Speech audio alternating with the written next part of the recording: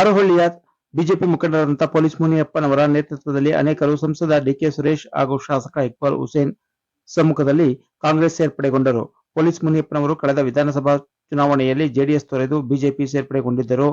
ಈಗ ಮತ್ತೆ ಡಿಕೆ ಸುರೇಶ್ ರವರು ಕ್ಷೇತ್ರದಲ್ಲಿ ಮಾಡಿರುವ ಕೆಲಸವನ್ನು ನೋಡಿ ಕಾಂಗ್ರೆಸ್ ಪಕ್ಷವನ್ನು ಸೇರುತ್ತಿರುವುದಾಗಿ ಮಾಧ್ಯಮ ಪ್ರತಿನಿಧಿಗಳೊಂದಿಗೆ ತಿಳಿಸಿದರು. ಹಾಗೆಯೇ ಚೀಲೂರು ಗ್ರಾಮದ ಹಾಲು ಉತ್ಪಾದಕರ ಸಹಕಾರ ಸಂಘದ ಅಧ್ಯಕ್ಷರಾದ ರಾಜಣ್ಣನವರ ನೇತೃತ್ವದಲ್ಲಿ ಅನೇಕರು ಸಂಸದ ಡಿಕೆ ಸುರೇಶ್ ಕಾಂಗ್ರೆಸ್ ಪಕ್ಷಕ್ಕೆ ಬರಮಾಡಿಕೊಂಡರು. ಚೀಲೂರು ಗ್ರಾಮದ ಸೋಮಶೇಖರ್, ಪುಟ್ಟಸ್ವಾಮಿ, ಬಸವರಾಜು, ವೆಂಕಟೇಗೌಡ, ಕೆಂಪೇಗೌಡ, ಶಿವಣ್ಣ, ಮಂಜು ಮೊದಲಾದವರು ಸೇರ್ಪಡೆಗೊಂಡರು.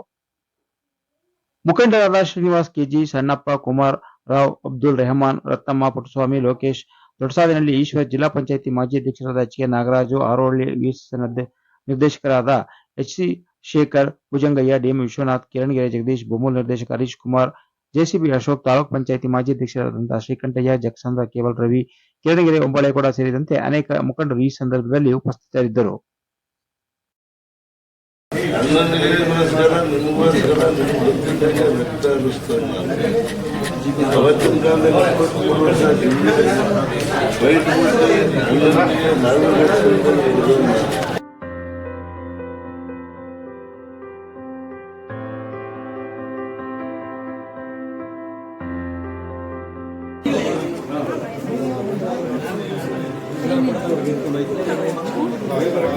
ಬನ್ನಿ ಬೇಗ ಮೇಡಮ್ ಬರೋದು.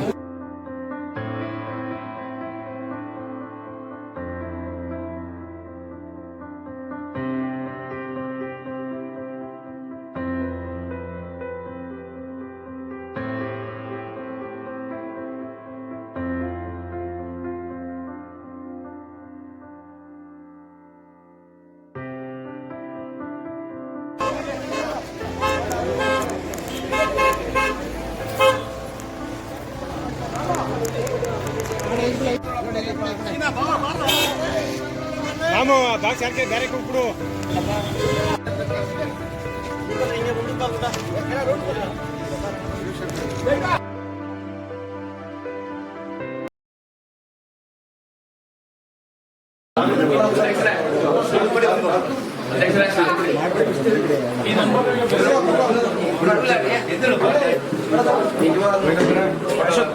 ಬಾಬಾ